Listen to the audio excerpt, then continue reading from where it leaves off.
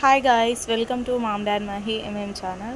ఈరోజు రెసిపీ వచ్చేసి mutton biryani simple and టేస్టీగా ఎలా ప్రిపేర్ చేసుకోవాలో చూద్దాం. ఫస్ట్ మటన్ని తీసుకొని మంచిగా వాష్ చేసి మ్యారినేషన్ చేసి పెట్టుకున్న మటన్ని కుక్కర్లో వేసి 5 విజిల్స్ వచ్చేంత వరకు మంచిగా కుక్ చేసుకోవాలి. ఇంకా బిర్యానీ వేసుకునే గిన్నెలో నెయ్యి వేసి మంచిగా స్ప్రెడ్ చేసి కుక్ చేసి పెట్టుకున్న మటన్ని కూడా వేసి మంచిగా స్ప్రెడ్ చేసుకోవాలి. ఆ తర్వాత 70% ఉడికిన బాస్మతి రైస్ని కూడా వేస్తూ ఇంకా ఆ రైస్ పైన ఫ్రైడ్ ఆనియన్స్, కొత్తిమీర, పుదీనా మీ క్వాంటిటీని బట్టి ఎన్ని లేయర్స్ వస్తే అన్ని లేయర్స్ సేమ్ ఇదే ప్రాసెస్లో వేసుకోవాలి. లాస్ట్ లేయర్లో మాత్రం స్పైసెస్ వచ్చేలా యాడ్ చేసుకోవాలి.